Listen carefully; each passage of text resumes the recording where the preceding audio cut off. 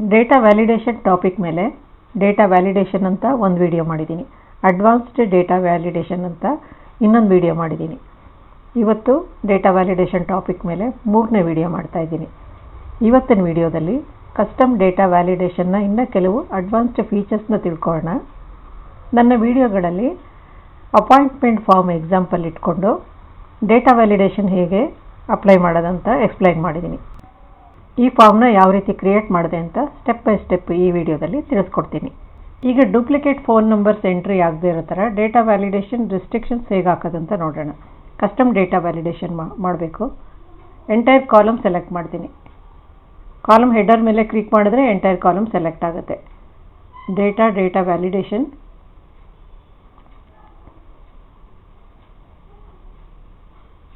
Custom select ಮಾಡಬೇಕು. Formula countif formula apply ಮಾಡಬೇಕು.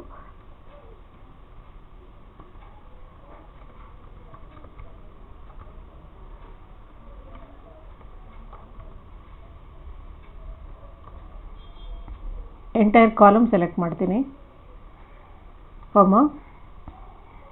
Criteria A1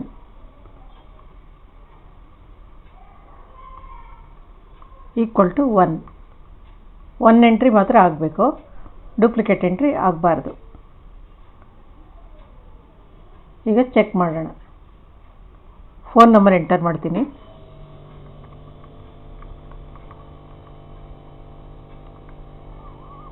ಅದೇ ಫೋನ್ ನಂಬರ್ ಮತ್ತೆ ಎಂಟರ್ ಮಾಡಿದ್ರೆ ಅಕ್ಸೆಪ್ಟ್ ಮಾಡುತ್ತಾ ಇಲ್ವಾ ಅಂತ ನೋಡೋಣ.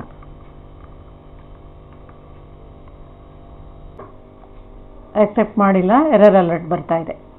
ರೀಟ್ರೈ ಅಂತ ಬರ್ತಾ ಇದೆ. ರೀಟ್ರೈ ಮಾಡಿ ಬೇರೆ ನಂಬರ್ ಎಂಟರ್ ಮಾಡಿದ್ರೆ ಅಕ್ಸೆಪ್ಟ್ ಆಗುತ್ತೆ.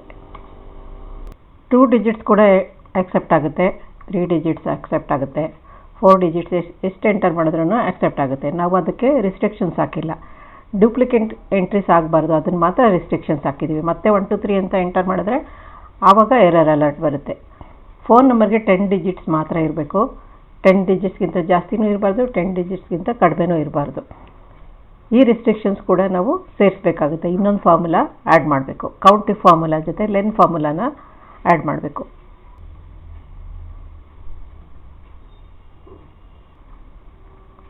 ಮತ್ತು ಎಂಟೈರ್ ಕಾಲಮ್ ಸೆಲೆಕ್ಟ್ ಮಾಡ್ತೀನಿ. ಡೇಟಾ ವ್ಯಾಲಿಡೇಷನ್ಗೆ ಹೋಗಿ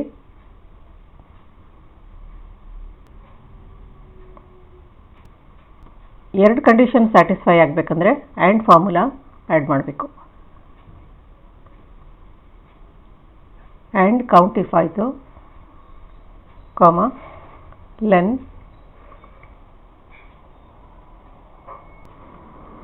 A1 equal to 10.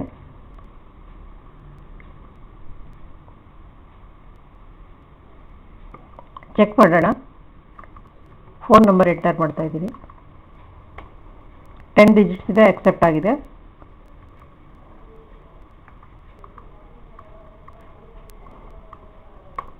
Eleven digits accept ಆಗಿಲ್ಲ. ಮತ್ತು ರೀಟ್ರೈ ಮಾಡಿ 1 ಡಿಜಿಟ್ ಡಿಲೀಟ್ ಮಾಡಿದ್ರೆ ಅಕ್ಸೆಪ್ಟ್ ಆಗುತ್ತೆ. ಡೇಟಾ ವ್ಯಾಲಿಡೇಷನ್ ರಿಸ್ಟ್ರಿಕ್ಷನ್ಸ್ ಹಾಕಿ ಎಂಟ್ರಿ ಮಾಡುವಾಗಲೇ ಎರರ್ಸ್ನ ಅವಾಯ್ಡ್ ಮಾಡ್ಬೋದು. ಈಗಾಗಲೇ ಎಂಟ್ರಿ ಆಗಿರೋ ಡೇಟಾದಲ್ಲಿ ಎರರ್ಸ್ ಎಲ್ಲ ಸರ್ಕಲ್ ಮಾಡ್ಬೋದು. ಸರ್ಕಲ್ ಇನ್ವ್ಯಾಲಿಡ್ ಡೇಟಾ ಅಂತ ಒಂದು ಫೀಚರ್ ಇದೆ. ಈ ಟೇಬಲಲ್ಲಿ ನೇಮ್, ಏಜ್, ಫೋನ್ ನಂಬರ್ಸ್ ಇದೆ. ನೇಮ್ ಫೀಲ್ಡ್ಗೆಲ್ಲ ಟೆಕ್ಸ್ಟ್ ಮಾತ್ರ ಎಂಟ್ರಿ ಆಗೋ ಥರ ಡೇಟಾ ವ್ಯಾಲಿಡೇಷನ್ ಹಾಕಿದ್ದೀನಿ. ಏಜ್ ಫೀಲ್ಡಲ್ಲಿ ಏಜ್ ಬಿಟ್ವೀನ್ 20 to 40 ಆ ರಿಸ್ಟ್ರಿಕ್ಷನ್ಸ್ ಹಾಕಿದ್ದೀನಿ. ಫೋನ್ ನಂಬರ್ಸ್ 10 ಡಿಜಿಟ್ಸ್ ಇರಬೇಕು, ನಂಬರ್ಸ್ ಮಾತ್ರ ಎಂಟ್ರಿ ಆಗಬೇಕು. ಈ ಕಂಡೀಷನ್ಸ್ ಎಲ್ಲ ಸ್ಯಾಟಿಸ್ಫೈ ಆದರೆ ಅದು valid data, otherwise invalid data. Invalid data ಎಲ್ಲ ಸರ್ಕಲ್ ಮಾಡೋದು ಹೇಗಂತ ನೋಡೋಣ. ಡೇಟಾ ವ್ಯಾಲಿಡೇಷನ್ಗೆ ಹೋಗಿ ಡ್ರಾಪ್ ಡೌನಲ್ಲಿ ಕ್ಲಿಕ್ ಮಾಡಿದ್ರೆ ಸರ್ಕಲ್ ಇನ್ವ್ಯಾಲಿಡ್ ಡೇಟಾ ಅಂತಿದೆ. ಇದ್ರ ಮೇಲೆ ಕ್ಲಿಕ್ ಮಾಡಿದ್ರೆ 1 ಸೆಕೆಂಡ್ ತಗೊಳುತ್ತೆ. ಆಮೇಲೆ ಇನ್ವ್ಯಾಲಿಡ್ ಡೇಟಾ ಎಲ್ಲ ಸರ್ಕಲ್ ಆಗುತ್ತೆ. ಮತ್ತು ಡೇಟಾ ವ್ಯಾಲಿಡೇಷನ್ ಡ್ರಾಪ್ ಡೌನಲ್ಲಿ ಹೋಗಿ ಕ್ಲಿಯರ್ ವ್ಯಾಲಿಡೇಷನ್ ಸರ್ಕಲ್ಸ್ ಅಂದರೆ ಸರ್ಕಲ್ಸ್ ಎಲ್ಲ ಕ್ಲಿಯರ್ ಆಗುತ್ತೆ. ಮತ್ತೆ ಬೇಕಾದರೆ ಸರ್ಕಲ್ ಮಾಡ್ಬೋದು.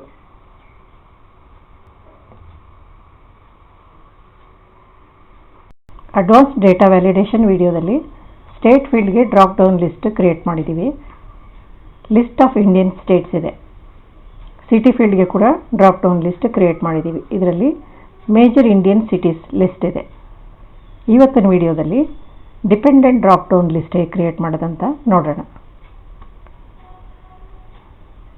ಯಾವ ಸ್ಟೇಟ್ ಸೆಲೆಕ್ಟ್ ಮಾಡ್ತೀವಿ ಆ ಸ್ಟೇಟಲ್ಲಿರೋ ಸಿಟೀಸ್ ಮಾತ್ರ ಡಿಸ್ಪ್ಲೇ ಆಗೋ ಥರ ಡೇಟಾ ವ್ಯಾಲಿಡೇಷನ್ ಮಾಡೋಣ. ಗುಜರಾತ್ ಸ್ಟೇಟಲ್ಲಿರೋ ಸಿಟೀಸ್ ಮಾತ್ರ ಡಿಸ್ಪ್ಲೇ ಆಗ್ತಾ ಇದೆ. ಬೇರೆ ಸ್ಟೇಟ್ ಸೆಲೆಕ್ಟ್ ಮಾಡಿದ್ರೆ, ಆಂಧ್ರ ಪ್ರದೇಶ ಸೆಲೆಕ್ಟ್ ಮಾಡಿದ್ರೆ ಆಂಧ್ರ ಪ್ರದೇಶಲ್ಲಿರೋ ಸಿಟೀಸ್ ಮಾತ್ರ ಡಿಸ್ಪ್ಲೇ ಆಗುತ್ತೆ. ನಾನು ಎಕ್ಸಾಂಪಲ್ಗೋಸ್ಕರ ಕೆಲವು ಸ್ಟೇಟ್ಸ್ ತಗೊಂಡಿದ್ದೀನಿ. ಆ ಸ್ಟೇಟಲ್ಲಿರೋ ಕೆಲವು ಸಿಟೀಸ್ ಮಾತ್ರ ತಗೊಂಡಿದ್ದೀನಿ. ಡೇಟಾ ವ್ಯಾಲಿಡೇಷನ್ ಹೇಗೆ ಮಾಡೋದಂತ ನೋಡೋಣ. ಮೊದಲು ಅಪ್ಲೈ ಆಗಿರೋ ಡೇಟಾ ವ್ಯಾಲಿಡೇಷನ್ನ ಕ್ಲಿಯರ್ ಮಾಡೋಣ. ಡೇಟಾ ವ್ಯಾಲಿಡೇಷನ್ಗೆ ಹೋಗಿ ಕ್ಲಿಯರ್ ಆಲ್ ಅಂತ ಮಾಡಬೇಕು.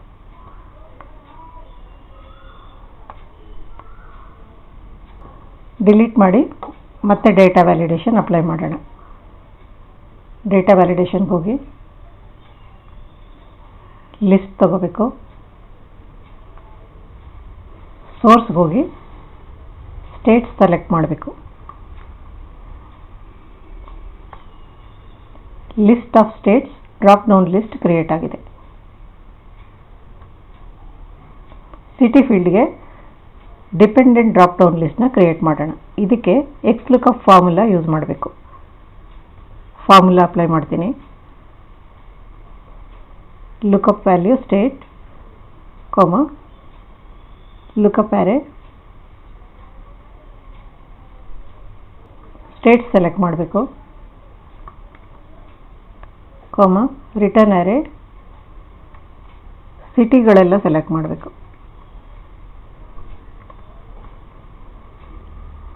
ಗುಜರಾತಲ್ಲಿರೋ ಸಿಟೀಸ್ ಎಲ್ಲ ಡಿಸ್ಪ್ಲೇ ಆಗ್ತಾ ಇದೆ. ಬೇರೆ ಸ್ಟೇಟ್ ಸೆಲೆಕ್ಟ್ ಮಾಡಿದ್ರೆ, ಕರ್ನಾಟಕ ಸೆಲೆಕ್ಟ್ ಮಾಡಿದ್ರೆ ಕರ್ನಾಟಕದಲ್ಲಿರೋ ಸಿಟೀಸ್ ಎಲ್ಲ ಡಿಸ್ಪ್ಲೇ ಆಗುತ್ತೆ. ಈ ಫಾರ್ಮುಲಾನ ಕಾಪಿ ಮಾಡಿ ಡೇಟಾ ವ್ಯಾಲಿಡೇಷನ್ಗೆ ಪೇಸ್ಟ್ ಮಾಡೋಣ. ಡಬಲ್ ಕ್ಲಿಕ್ ಮಾಡಿ ಫಾರ್ಮುಲಾ ಕಾಪಿ ಮಾಡ್ತೀನಿ.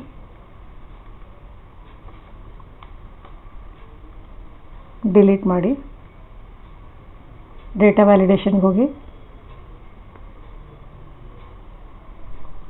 ಲಿಸ್ಟ್ ತಗೋಬೇಕು. ಸೋರ್ಸಲ್ಲಿ ಫಾರ್ಮುಲಾ ಪೇಸ್ಟ್ ಮಾಡಬೇಕು. City drop down list create ಆಗಿದೆ. ಕರ್ನಾಟಕದಲ್ಲಿರೋ ಸಿಟೀಸ್ ಮಾತ್ರ ಡಿಸ್ಪ್ಲೇ ಆಗ್ತಾ ಇದೆ. ಮಹಾರಾಷ್ಟ್ರ ಸೆಲೆಕ್ಟ್ ಮಾಡಿದ್ರೆ ಮಹಾರಾಷ್ಟ್ರದಲ್ಲಿರೋ ಸಿಟೀಸ್ ಮಾತ್ರ ಡಿಸ್ಪ್ಲೇ ಆಗುತ್ತೆ. City drop down list state drop down list ಮೇಲೆ ಡಿಪೆಂಡ್ ಆಗಿದೆ. ಈ ವಿಡಿಯೋದಲ್ಲಿ ನಾನು ತೋರಿಸಿರೋ ಅಪಾಯಿಂಟ್ಮೆಂಟ್ ಫಾರ್ಮ್ನ ಹೇಗೆ ಕ್ರಿಯೇಟ್ ಮಾಡೋದಂತ ಸ್ಟೆಪ್ ಬೈ ಸ್ಟೆಪ್ ನೋಡೋಣ. ಸೆಪರೇಟ್ ಶೀಟಲ್ಲಿ ಫಾರ್ಮ್ ಕ್ರಿಯೇಟ್ ಮಾಡೋಣ. Step 1, select the entire sheet. Top left ಕಾರ್ನರಲ್ಲಿರೋ ಈ ಬಾಕ್ಸಿನ ಮೇಲೆ ಕ್ಲಿಕ್ ಮಾಡಿದ್ರೆ ಎಂಟೈರ್ ಶೀಟ್ ಸೆಲೆಕ್ಟ್ ಆಗುತ್ತೆ. Go to format cells, Ctrl 1, go to protection, unlock cells. Locked ಅಂತ ತೋರಿಸ್ತಾ ಇರುತ್ತೆ. ಈ ಚೆಕ್ ಬಾಕ್ಸ್ನ ಅನ್ಚೆಕ್ ಮಾಡಬೇಕು. ಅನ್ಲಾಕ್ ಮಾಡಿದ್ದೀನಿ. ಈಗ ಓಕೆ. ಎಂಟೈರ್ ಶೀಟ್ ಸೆಲೆಕ್ಟ್ ಮಾಡಿ ಫಾರ್ಮ್ಯಾಟ್ ಸೆಲ್ಸ್ಗೆ ಹೋಗಿ ಪ್ರೊಟೆಕ್ಷನ್ಗೆ ಹೋಗಿ ಸೆಲ್ಸ್ನೆಲ್ಲ ಅನ್ಲಾಕ್ ಮಾಡಬೇಕು. ಎಂಟೈರ್ ಶೀಟ್ ಸೆಲ್ಸ್ ಎಲ್ಲ ಅನ್ಲಾಕ್ ಆಗಿದೆ. ಫಸ್ಟ್ ಸ್ಟೆಪ್ ಆಯಿತು. ಚೆಕ್ ಬಾಕ್ಸ್ ಟಿಕ್ ಮಾಡ್ತೀನಿ. Second step, select cell from A1 to G2. A1ಇಂದ G2 ತನಕ ಸೆಲೆಕ್ಟ್ ಮಾಡೋಣ. G22 ತನಕ. G22. Go to format cells, Ctrl 1. Format ಸೆಲ್ಸಲ್ಲಿ ಪ್ರೊಟೆಕ್ಷನ್ಗೆ ಹೋಗಬೇಕು. ಪ್ರೊಟೆಕ್ಷನ್ ಹೋಗಿ ಸೆಲ್ಸ್ ಎಲ್ಲ ಲಾಕ್ ಮಾಡಬೇಕು. ಈಗ ನಾವು ಎಷ್ಟು ಸೆಲ್ ಸೆಲೆಕ್ಟ್ ಮಾಡಿದ್ದೀವಿ ಅವೆಲ್ಲ ಲಾಕ್ ಆಗುತ್ತೆ. ಓಕೆ. ಸ್ಟೆಪ್ 2 ಆಯಿತು. ಇವಾಗ step 3, go to home tab, format drop down, protect sheet. Home ಟ್ಯಾಬ್ಗೆ ಹೋಗಿ ಫಾರ್ಮ್ಯಾಟಲ್ಲಿ ಡ್ರಾಪ್ ಡೌನ್ಗೆ ಹೋಗಿ ಪ್ರೊಟೆಕ್ಟ್ ಶೀಟ್ಗೆ ಹೋಗಿ ಪಾಸ್ವರ್ಡ್ ಕೊಡಬೇಕು. 123 ಅಂತ ಕೊಟ್ಟಿದ್ದೀನಿ. ಮತ್ತು ಪಾಸ್ವರ್ಡ್ನ ರೀಕನ್ಫರ್ಮ್ ಮಾಡಬೇಕು. 123. ಓಕೆ, ಶೀಟ್ ಪ್ರೊಟೆಕ್ಟ್ ಆಗಿದೆ. ಇವಾಗ ಶೀಟ್ ಪ್ರೊಟೆಕ್ಟ್ ಆಗಿದೆ. ಸೆಲ್ ನಂಬರ್ A1ಇಂದ G22 ತನಕ ಸೆಲ್ಗಳೆಲ್ಲ ಲಾಕ್ ಆಗಿದೆ. ಇಲ್ಲೇನಾದರೂ ಎಂಟರ್ ಮಾಡೋಕ್ಕೆ ಟ್ರೈ ಮಾಡಿದ್ರೆ ಆಗಲ್ಲ, ರಿಜೆಕ್ಟ್ ಆಗ್ತಾ ಇದೆ. ಫಾರ್ಮ್ ಕ್ರಿಯೇಟ್ ಮಾಡಬೇಕಾದ್ರೆ, ಫೀಲ್ಡ್ಸ್ ಎಲ್ಲ ಕ್ರಿಯೇಟ್ ಮಾಡಬೇಕಂದ್ರೆ ಅನ್ಪ್ರೊಟೆಕ್ಟ್ ಶೀಟ್ ಮಾಡಬೇಕು. ಆಮೇಲೆ ನಾವು ಏನು ಬೇಕಾದರೂ ಎಂಟರ್ ಮಾಡ್ಬೋದು. ಮತ್ತು ಫಾರ್ಮ್ಯಾಟ್ಗೆ ಹೋಗಿ, ಹೋಮ್ಗೆ ಹೋಗಿ, ಫಾರ್ಮ್ಯಾಟ್ ಡ್ರಾಪ್ ಡೌನಲ್ಲಿ ಅನ್ಪ್ರೊಟೆಕ್ಟ್ ಶೀಟ್ ಸೆಲೆಕ್ಟ್ ಮಾಡಿ ಪಾಸ್ವರ್ಡ್ ಕೊಡಬೇಕು. 123. ಈಗ ಶೀಟ್ ಅನ್ಪ್ರೊಟೆಕ್ಟ್ ಆಗಿದೆ. ಈಗ ಬೇಕಾದರೆ ನಾವು ಫಾರ್ಮ್ ಕ್ರಿಯೇಟ್ ಮಾಡ್ಬೋದು. ಸೆಲ್ ನಂಬರ್ A1ಇಂದ G22 ತನಕ ಸೆಲೆಕ್ಟ್ ಮಾಡಿದ್ದೀನಿ. ಈಗ ಇದಕ್ಕೆ ಕಲರ್ ಫಾರ್ಮ್ಯಾಟ್ ಮಾಡೋಣ. ಗ್ರೇ ಕಲರ್ ಸೆಲೆಕ್ಟ್ ಮಾಡಿದ್ದೀನಿ. ಅಪಾಯಿಂಟ್ಮೆಂಟ್ ಫಾರ್ಮ್ ಅಂತ ಟೈಪ್ ಮಾಡ್ತಾ ಇದ್ದೀನಿ. ಬೋಲ್ಡ್ ಫಾಂಟ್ ಮಾಡ್ತಾ ಇದ್ದೀನಿ. ಸೈಜ್ 14 ಸೆಲೆಕ್ಟ್ ಮಾಡಿದ್ದೀನಿ. ಬೇಕಾದರೆ ಇನ್ನೂ ದೊಡ್ಡದು ಸೆಲೆಕ್ಟ್ ಮಾಡ್ಕೋಬೋದು. ಮರ್ಜ್ ಆ್ಯಂಡ್ ಸೆಂಟರ್ ಮಾಡ್ತಾ ಇದ್ದೀನಿ. ಆಲ್ಟ್ ಎಂಟರ್ ಮಾಡಿ ಅದೇ ಸೆಲ್ಲಲ್ಲಿ ಕಾಪಿ ಮಾಡ್ತಾ ಇದ್ದೀನಿ. ಡೇಟ್ ಎಂಟರ್ ಮಾಡ್ತೀನಿ. ನೇಮ್ ಎಂಟರ್ ಮಾಡ್ತೀನಿ. ಇಲ್ಲಿ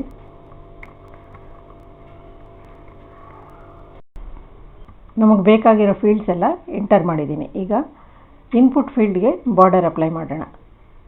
ಹೋಮ್ ಟ್ಯಾಬಲ್ಲಿ ಹೋಗಿ ಔಟ್ಸೈಡ್ ಬಾರ್ಡರ್ ಸೆಲೆಕ್ಟ್ ಮಾಡ್ತೀನಿ. ಎಲ್ಲ ಇನ್ಪುಟ್ ಫೀಲ್ಡ್ಗೂ ಬಾರ್ಡರ್ ಅಪ್ಲೈ ಮಾಡೋಣ. F4 ಪ್ರೆಸ್ ಮಾಡಿದ್ರೆ ಇನ್ಪುಟ್ ಫೀಲ್ಡ್ಗೆ ಬಾರ್ಡರ್ ಅಪ್ಲೈ ಆಗುತ್ತೆ. ಆಲ್ರೆಡಿ ಬಾರ್ಡರ್ ಅಪ್ಲೈ ಮಾಡಿದ್ದೀನಿ. F4 ಪ್ರೆಸ್ ಮಾಡಿದ್ರೆ ಅದೇ ಆ್ಯಕ್ಷನ್ ರಿಪೀಟ್ ಆಗುತ್ತೆ. F4 ಪ್ರೆಸ್ ಮಾಡಿದ್ರೆ repeat the previous action. F4 press ಮಾಡಿದೆ, ಬಾರ್ಡರ್ ಅಪ್ಲೈ ಆಗಿದೆ. ಇಲ್ಲೂ F4 ಪ್ರೆಸ್ ಮಾಡ್ತೀನಿ. F4 F4 F4 ಎಲ್ಲದಕ್ಕೂ ಬಾರ್ಡರ್ ಅಪ್ಲೈ ಮಾಡ್ತಾ ಇದ್ದೀನಿ. ಈ ರೀತಿ ಕ್ವಿಕ್ಕಾಗಿ ಬಾರ್ಡರ್ ಅಪ್ಲೈ ಮಾಡ್ಬೋದು. ಅಲೈನ್ಮೆಂಟ್ ಸರಿ ಮಾಡೋಣ. ಹೋಮ್ ಟ್ಯಾಬಲ್ಲಿ ಹೋಗಿ ರೈಟ್ ಅಲೈನ್ ಮಾಡ್ತೀನಿ. F4 ಪ್ರೆಸ್ ಮಾಡಿದ್ರೆ ರೈಟ್ ಅಲೈನ್ ಆಗುತ್ತೆ. ಪ್ರೀವಿಯಸ್ ಆ್ಯಕ್ಷನ್ ರಿಪೀಟ್ ಆಗುತ್ತೆ. F4 F4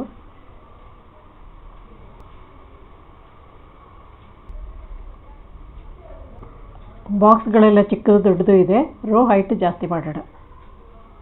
ರೋ ನಂಬರ್ ಹತ್ರ ಡ್ರ್ಯಾಗ್ ಮಾಡಿದ್ರೆ ಹೈಟ್ ಜಾಸ್ತಿ ಮಾಡ್ಬೋದು.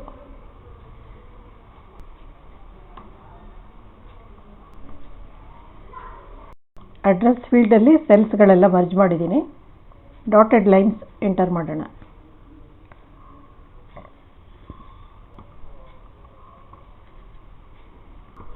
ಎಂಟೈರ್ ಫಾರ್ಮ್ ಸೆಲೆಕ್ಟ್ ಮಾಡಿ ಅದಕ್ಕೂ ಬಾರ್ಡರ್ ಅಪ್ಲೈ ಮಾಡೋಣ. ಔಟ್ಸೈಡ್ ಬಾರ್ಡರ್ ಅಪ್ಲೈ ಮಾಡ್ತೀನಿ. ಡಾರ್ಕ್ ಶೇಡ್ ಅಪ್ಲೈ ಮಾಡೋಣ. Thick border.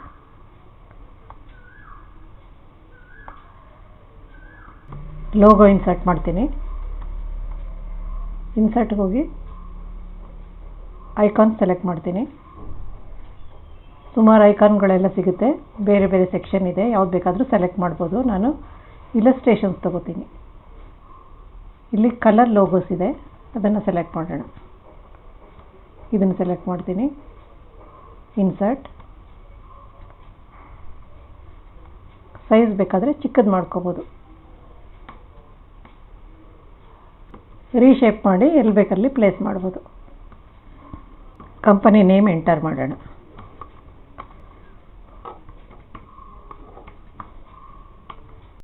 Font style change ಮಾಡೋಣ. ಬೇರೆ ಫಾಂಟ್ ಸ್ಟೈಲ್ ತೊಗೊಳ್ತೀನಿ. ಇದು ತೊಗೊಳ್ತೀನಿ. ಸೆಲ್ಗಳೆಲ್ಲ ಸೆಲೆಕ್ಟ್ ಮಾಡಿ ಇಲ್ಲಿಗೆ ಒಂದು ಲೈನ್ ಬಾರ್ಡರ್ ಕೊಡೋಣ. Bottom line. ಕಲರ್ ಕೂಡ ಸ್ವಲ್ಪ ಡಾರ್ಕರ್ ಶೇಡ್ ಕೊಡೋಣ. ಈ ಕಲರ್ ಕೊಡ್ತೀನಿ.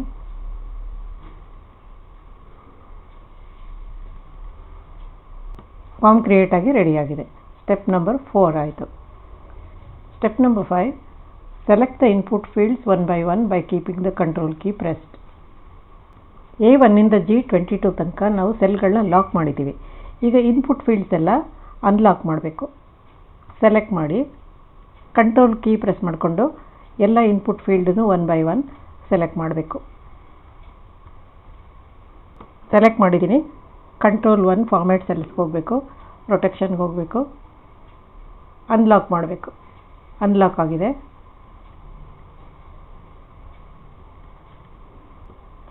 ಸ್ಟೆಪ್ ನಂಬರ್ 5 ಆಯಿತು. ಸ್ಟೆಪ್ ನಂಬರ್ 6 ಆಯಿತು. Step number 7, protect sheet, save, close and reopen file. Protect sheet ಮಾಡಬೇಕು. ಅನ್ಪ್ರೊಟೆಕ್ಟ್ ಮಾಡಿದ್ವಿ, ಈಗ ಮತ್ತೆ ಪ್ರೊಟೆಕ್ಟ್ ಮಾಡಬೇಕು. ಪ್ರೊಟೆಕ್ಟ್ ಶೀಟ್, ಪಾಸ್ವರ್ಡ್ ಕೊಡ್ತೀನಿ 1 2 3, ಮತ್ತೆ ರೀಕನ್ಫರ್ಮ್ ಮಾಡಬೇಕು.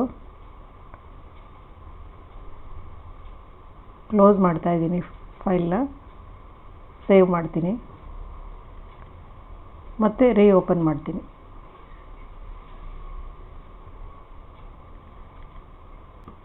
ನೇಮ್ ಫೀಲ್ಡಲ್ಲಿ ಏನಾದ್ರೂ ಚೇಂಜಸ್ ಮಾಡೋಕ್ಕೆ ಹೋದರೆ ಆಗಲ್ಲ, ಅಲೋ ಮಾಡ್ತಾ ಇಲ್ಲ. ಈ ಸೆಲ್ಗಳು ಲಾಕ್ ಆಗಿದೆ.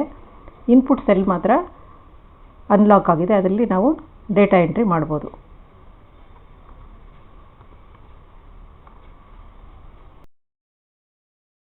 ಚೆಕ್ ಬಾಕ್ಸಸ್ ಇನ್ಸರ್ಟ್ ಮಾಡೋಣ. ಪರ್ಪಸ್ ಫೀಲ್ಡ್ಗೆ ಚೆಕ್ ಬಾಕ್ಸಸ್ ಇನ್ಸರ್ಟ್ ಮಾಡ್ತಾ ಇದ್ದೀನಿ. ಡೆವಲಪರ್ ಟ್ಯಾಬ್ಗೆ ಹೋಗಿ, ಇನ್ಸರ್ಟ್ಗೆ ಹೋಗಿ, ಚೆಕ್ ಬಾಕ್ಸ್ ಸೆಲೆಕ್ಟ್ ಮಾಡಿ. ಬಾಕ್ಸ್ ಒಳಗಡೆ ಕ್ಲಿಕ್ ಮಾಡಿದ್ರೆ ಚೆಕ್ ಬಾಕ್ಸ್ ಇನ್ಸರ್ಟ್ ಆಗುತ್ತೆ. ಕಂಟ್ರೋಲ್ C, ಕಂಟ್ರೋಲ್ V ಮಾಡಿ ಇನ್ನೊಂದು ಡೂಪ್ಲಿಕೇಟ್ ಕ್ರಿಯೇಟ್ ಮಾಡ್ತಾ ಇದ್ದೀನಿ. ಎಡಿಟ್ ಟೆಕ್ಸ್ಟ್ ಮಾಡಿ, ರೈಟ್ ಕ್ಲಿಕ್ ಮಾಡಿ, ಎಡಿಟ್ ಟೆಕ್ಸ್ಟ್. ಒಂದು ಪರ್ಸ್ನಲ್ ಅಂತ ಟೈಪ್ ಮಾಡ್ತೀನಿ, ಇನ್ನೊಂದು ಅಫಿಷಿಯಲ್ ಅಂತ ಟೈಪ್ ಮಾಡ್ತೀನಿ.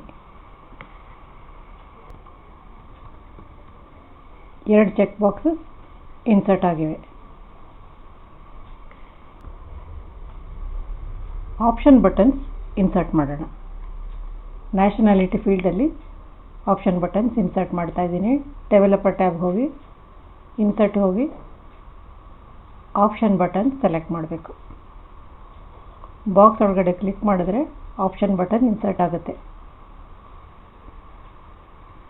ಇದನ್ನು ಆ್ಯರೋ ಕೀಯಿಂದ ಮೂವ್ ಮಾಡ್ಕೋಬೋದು. Control C, control V, duplicate create ಮಾಡಿದ್ದೀನಿ. 2 ಆಪ್ಷನ್ ಬಟನ್ಸ್ ಇನ್ಸರ್ಟ್ ಮಾಡ್ತಾ ಇದ್ದೀವಿ. ರೈಟ್ ಕ್ಲಿಕ್ ಮಾಡಿ ಎಡಿಟ್ ಟೆಕ್ಸ್ಟ್ ತಗೊಂಡು ಒಂದು ಇಂಡಿಯನ್ ಅಂತ ಟೈಪ್ ಮಾಡ್ತೀನಿ, ಇನ್ನೊಂದು NRI ಅಂತ ಟೈಪ್ ಮಾಡ್ತೀನಿ. 2 ಆಪ್ಷನ್ ಬಟನ್ಸ್ ಇನ್ಸರ್ಟ್ ಆಗಿವೆ. ರಿಬ್ಬನಲ್ಲಿ ಡೆವಲಪರ್ ಟ್ಯಾಬ್ ಇಲ್ಲ ಅಂದರೆ ಆ್ಯಡ್ ಮಾಡ್ಕೋಬೇಕಾಗುತ್ತೆ. ಫೈಲ್ಗೆ ಹೋಗಿ, ಆಪ್ಷನ್ಸ್ಗೆ ಹೋಗಿ, ಕಸ್ಟಮೈಸ್ ರಿಬ್ಬನ್ಗೆ ಹೋಗಿ, ಡೆವಲಪರ್ ಟ್ಯಾಬ್ ಅನ್ಚೆಕ್ ಆಗಿದ್ರೆ ಚೆಕ್ ಮಾಡಿಕೊಂಡು ಓಕೆ ಮಾಡ್ಕೊಳ್ಳಿ. ಡೆವಲಪರ್ ಟ್ಯಾಬ್ ರಿಬ್ಬನಲ್ಲಿ ಆ್ಯಡ್ ಆಗುತ್ತೆ. ಫಾರ್ಮ್ ಹೇಗೆ ಕ್ರಿಯೇಟ್ ಮಾಡೋದಂತ ತಿಳ್ಕೊಂಡ್ರಲ್ಲ.